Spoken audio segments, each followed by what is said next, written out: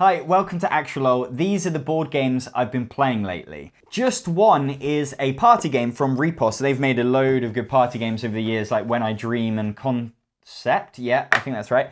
And this one is super simple. It's a cooperative party game. And first of all, I love that it comes in a codename size box. Please, all party games come in this size box. That'd be amazing. And what you do in this game is one person is guessing for the round. And they have, you've got these cool little whiteboards with a lip on, and they will put this card so they can't see it. Everyone else can see this card, and they will, you will pick a number 1 to 5, and they are trying to get you to guess that word. Simple as that. How do they do that? Well, they all secretly write on their thing. So let's say that we're going with chicken.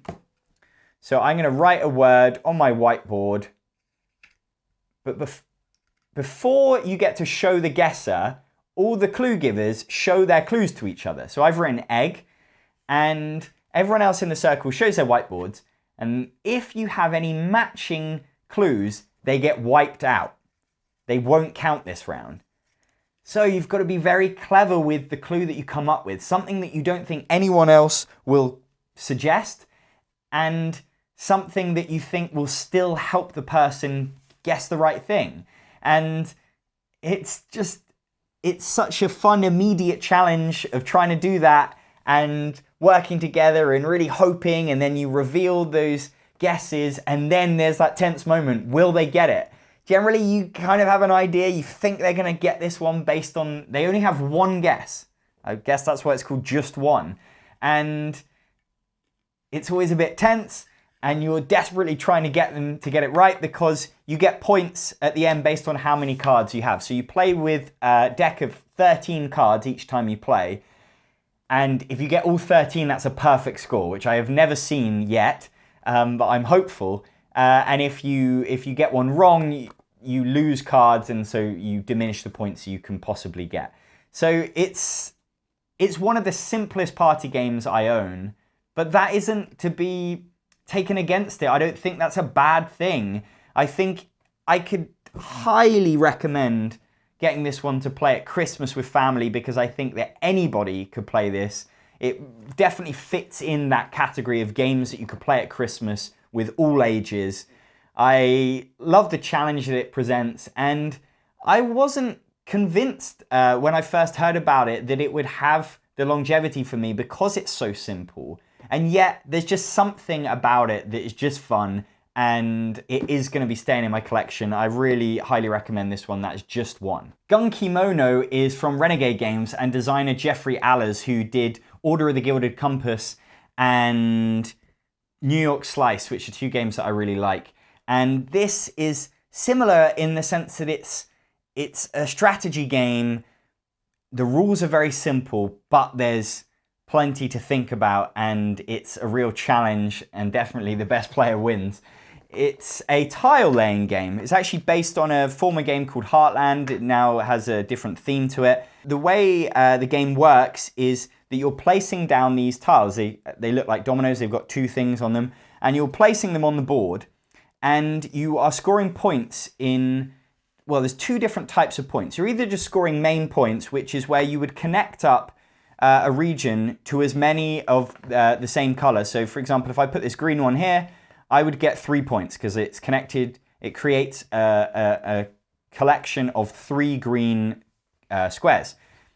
Or I can score points on this other track for the number of symbols that are on that particular color. And in which case it doesn't relate to anything else on the board when you place it. Why would I want to move up the track? Because there's points at the end of here, so the further you get up here, there's a race to get points, but you also get to unlock these little towers, and they create regions for you that will then score points every round. So generally, you're just going to score points when you put a tile down, but if you've got one of these things down, you will score points every round for how big that area is. So what you want to try and do is grow that area. I've got 3 greens here, so here I get another green, so I'm getting 4 points every round just for doing nothing, and I can put tiles over here and not worry about it. Of course, everyone else is worrying about it, and they are trying to stop me from getting those points. Meanwhile, I'm also trying to get points in other ways. I'm trying to move up these tracks. I'm trying to just get points normally from placing tiles. And where the game gets really interesting is that it's a 3D board. So the tiles can go on top of tiles and you can really start stacking them up, but they have to balance. So you can create situations where there's sort of this valley in between big stacks of tiles, and it's going to be very hard to place on top of there. So there's some decision making there in terms of that 3D layout. You also have these singular tiles that you start the game with. They're not as powerful because there's only one color, but you can use them to help stack up towers. And also they will give you access to a color that maybe wasn't available on the tiles when you were choosing a tile for that round. So it's very simple in the rules. You just have 3 tiles in your hand and you pick where to place it, but it's all about that spatial location. And I love how interactive it is. You're all playing on this same board. You're trying to block off other people. You're trying to protect yourself. You're worrying what everyone else is doing all the time. And you're seeing who's moving up the tracks and you're trying to get there in ahead of them. And yeah, there's loads to think about. I really was surprised how much I enjoyed this one. And really, the only thing that lets it down is the theme and the artwork. I just don't find it that appealing, but maybe you will. And so it's funny because I think I can highly recommend this on the gameplay. And I think it could be a gateway game. I think it's almost like a game you would introduce to someone after they've sort of played Ticket to Ride and stuff like that. It's a really great next step. But I can't see myself like going out of my way to recommend it to people I would know, because I just don't think it has that mass appeal in terms of the way it looks. The other games that I would prefer over it would, perhaps. But the gameplay is solid, and I'm not sure whether I'm keeping this one or not, but I can really recommend it. It's Gunkimono. The Table is Lava is a dexterity game, which is really just a set of cards and meeples. So the game starts out, you've got a few cards in the center, and it's based off the floor is lava, the idea of not wanting to stand on the floor. Well, in this game, your meeples do not want to touch the table around these cards. So the cards are safe, but the rest of the table is not safe. And if they are to get knocked off onto the table, they are dead and they are out, and you won't be scoring points for them. So on your turn, you will be throwing a card into play. Generally, you've got a hand that matches your color, and generally they have your people on them, so that if you're able to get it into play so that it touches the existing island, you will get to place meeples on it. But often the cards will have other colors on as well, but you will place meeples on there, and then you're trying to keep those alive until the rest of the game.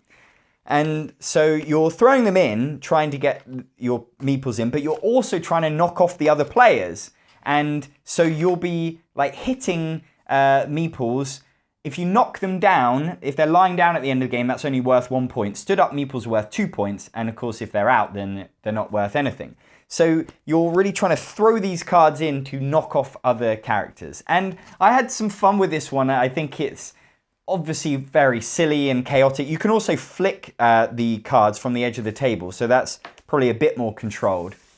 What I found with it was that I just got more and more frustrating with how hard it was to throw the cards and actually do what you want to do. And so the first time I played it, I was like, oh, this is a blast, like we're all having a great time. And you have these big moments where somebody knocks off loads of meeples. But actually, more and more, the game goes on and you get these big collections of cards and lots of meeples, and people are finding it very hard to just even hit anything because these cards will fly up. It's hard to have that technique because they're just cards and they're quite light, and they just, the way you throw them, and you're having to throw them from the edge of the table. So I kind of wish that it had something else, whether it was tiles, something that you could just throw a bit easier that would actually have a bit more success. But as an idea, I think it works quite nicely, and maybe if you can get really good at throwing these cards, then you'll be all right. But I just want it as a game that anyone can pick up and play and just enjoy and actually be okay at. And I've just got other dexterity games, some kind of flicking game where you're straight in. Pretty much everyone's as good as each other. In this one, there was just too many cards flying across the room and achieving nothing. That you just like, you could go a whole round and nothing changes in the middle, and that wasn't what I was hoping for from the game. So it might be for you. It's a very simple, easy to get into dexterity game. A nice twist on adding something different of throwing cards. That is The Table is Lava. Before There Were Stars is a storytelling game. This is from Smirk and Laughter, who made Not So Fast that I really liked. And this one is where you're telling the story of a civilization, or the beginning. You're telling myths, really. So what will happen is that you'll roll a bunch of dice, and that will allow you to select some of these cards that are constellations. So they look like the night sky, bunch of stars, and they have words on them. So you've got the shield, the temple, the snake, the soldier, the river, the wind. And there's a big deck of these. And so you're using these dice to pick these cards if you have the numbers that match, and you have 12 dice. And then you are taking 2 of them in the first round, and then you will each take it in turns to tell a story about the beginning of your civilization. So these words on these cards are your only inspiration for this story that you're going to tell. And the story that I told when we played it was I had the seed and I think the wheat. I had the mouth.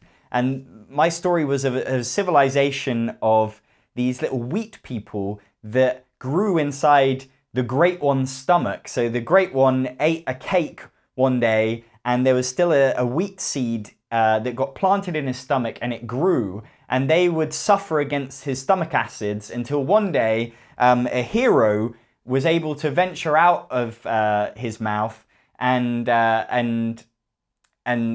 I can't remember all of it, to be honest. And then finally, you have to tell the end of the civilization. And I told about how the guy was having such pain with these people in his stomach, the Great One, that he ate a gluten-free cake, and the gluten-free cake destroyed all the wheat people inside his stomach. And I like that it allows you to tell such a open story. What I didn't especially like was that it's just focused on this idea of telling the beginning of a civilization or a people. It's just a bit po-faced. It's just not that much fun, or it doesn't lend itself to that much funniness. We certainly made it funny, but it didn't really encourage that. And it's the same with these words. They're nice and vague, which is good for a storytelling game. You can adapt them, but they're all just quite bland, and you find yourself not wanting to pick any of the cards because they don't really fit in with the idea of what you're trying to create. You play over 4 rounds, so you start off, you tell the beginning, then at the dawn of civilization, a great hero emerges, and at the end of days, and you're supposed to reincorporate some of the cards that you've previously got. So you get new cards each round, but you reincorporate them, which makes sense. That's how storytelling works. You want to bring things back in. And you also vote on how well you think other people's told their stories each round. So you pass these bags around that match your color, and you'll be placing these nice plastic gems inside, which are like voting tokens, and they offer differing amounts of points depending on how. So you give your best one to the person who told the best story. And all of it is very nice, but it's a very big box, and it's very well produced for what is a storytelling game that I just don't know that I would want to play that many times, because it's quite focused. There is another side to this where you can tell legends, and so it's a bit more open in terms of the type of story that you can tell. Once there was a problem, then matters got worse until the big idea. And this kind of fits typical improv storytelling tropes, but there's something about the theme that it's trying to go for and the words on these cards that just make it not the kind of storytelling that I would want to do, and make it's quite traditional, like telling myths and telling legends. And I would just like something with a bit more humor to it. If you see my video about Somebody Has Died, that's just really hammering home how funny. It's really going straight for the comedy vein. And this one is, I don't know exactly what they're trying to achieve with it. Adding in these dice just to select some cards is sort of unnecessary. Adding in bags just to vote on things is unnecessary. I just think it could be, you could play the same game and it could just be a deck of cards. So, I don't know. That is before there were stars. Wolves of York is a game from S, and this is from Cranio Creations. And the best way to describe this is it's a roll and write game with a board.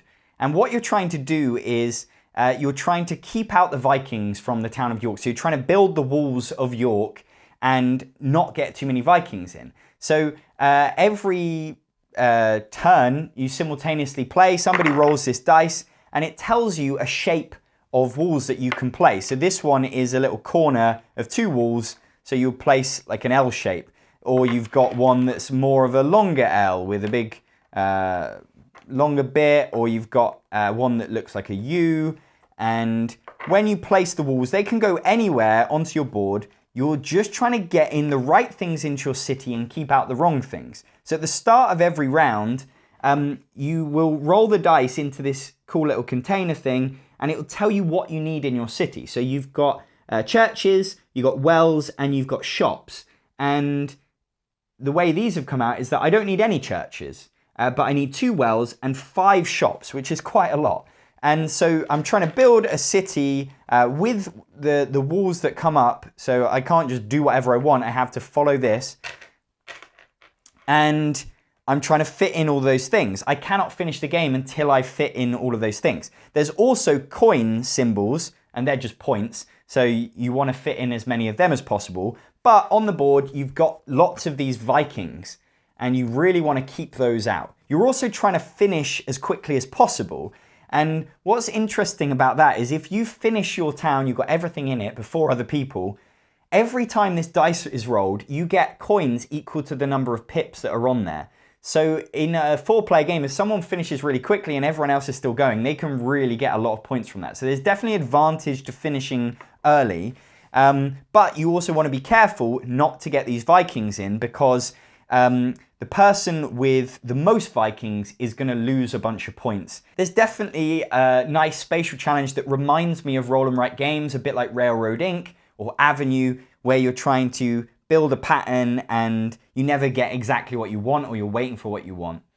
What I found with it is that it's a little bit too soft for my taste. The rules are really simple, and it's got this nice tactile thing with the walls. I personally would prefer a smaller box, and I wouldn't be fussed about the pieces. I would rather it just be on a whiteboard or a bit of paper. That, for me, is one of the best things about roll and write games, is that they're small. But I can see the appeal of this, and it makes it more of a board game, especially if you're trying to introduce people to board games. And if you don't care about shelf space, then great, it looks nice. But in terms of the gameplay, it's not that hard to finish the things that you want. In something like Avenue or Railroad Inc., you can just wait and wait and wait for the thing that you need, and it never comes, and there's very little you can do about it, especially Avenue. In this one, no matter what comes up, you can always just place 1 wall. And that's a bit of a freebie. But then also the shapes that do come up, they're not that bad. Yeah, you might have to let in a Viking. I don't think the punishment is that strong to really make it feel that bad. So maybe it's one to play with kids or families where you don't want super swings in terms of points, where you don't want someone to be really upset because they got absolutely smashed. But for me, I wanted it to be a bit meaner and a bit harder. There's definitely that puzzle to think about, but there isn't quite so much of the push or luck. Because if you go for loads of coins, well, yeah, someone else will just finish first and they'll get loads of coins that way. It kind of balances. There isn't really a way for you to be like, shoot the moon and then completely fall on your ass. So, I don't know. That's just my take on roll and write games. But I think it absolutely works as a challenge, as a puzzle. And if you love this kind of game, it looks really nice. And it's got like these cool extra bits to it to make it feel more of a board game. That is Wolves of York. Hunger. This is from Haber. This is a family weight, sort of gateway level strategy game set in prehistoric time, and you've got this saber-toothed tiger that needs to be fed. The interesting twist of this game is that you're trying to collect points, and you're doing that by harvesting, by collecting resources and meeting objectives. But the way you collect anything, or do anything in the game, is with these action discs. So you are given one of these cards, so you only ever have one in your hand, and you have to decide where to put it. So there are 4 circles on the board, but also you can rotate it in different ways, and where those hands face will determine how good your action is. So if I face 3 hands pointing to this mushroom field, then I get 3 mushrooms. And this they've got a really awesome player board with the indentation, so you can track your resources, and they won't get you won't forget them or whatever. They won't get knocked. But if you don't point a hand at Hunger, which is the name of this saber-toothed tiger, he will come and annoy you because he's hungry, and he will come onto your board and he will eat one of your resources every round. So he will immediately eat fish, which is the best resource, or the one he likes the most. And then if you don't have any fish, he'll eat berries, and if you don't have any berries, he'll eat mushrooms, and so on. And you can't get rid of him then until you either play a special card that allows you to do it, or another player doesn't feed Hunger, doesn't put a hand in the center of the board where he would be, and then they take them. So that's an interesting thing you've got to look out for, because of course you don't want to waste actions on Hunger. You'd rather be doing other stuff.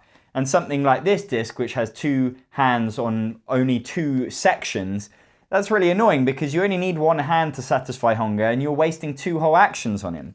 The other thing is just that spatial thing of where those hands are on the disc. You might really want to go and collect berries and then also complete objectives, but you just don't have...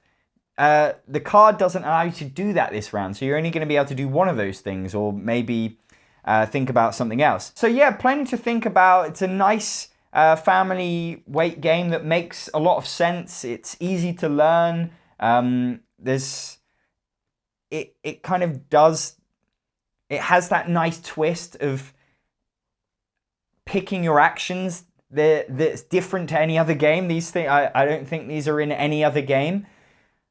My response is that I would rather something with a bit more interaction between the players, and there maybe just wasn't the depth of puzzliness in terms of what to do. I think this would be great for kids, and I think that's kind of where they're aiming at. It says 8 upwards, and it isn't one that I personally would want to play lots of, but I could imagine, like, it's definitely something that adults could enjoy with kids, but I don't really see myself playing it as an adult with other adults.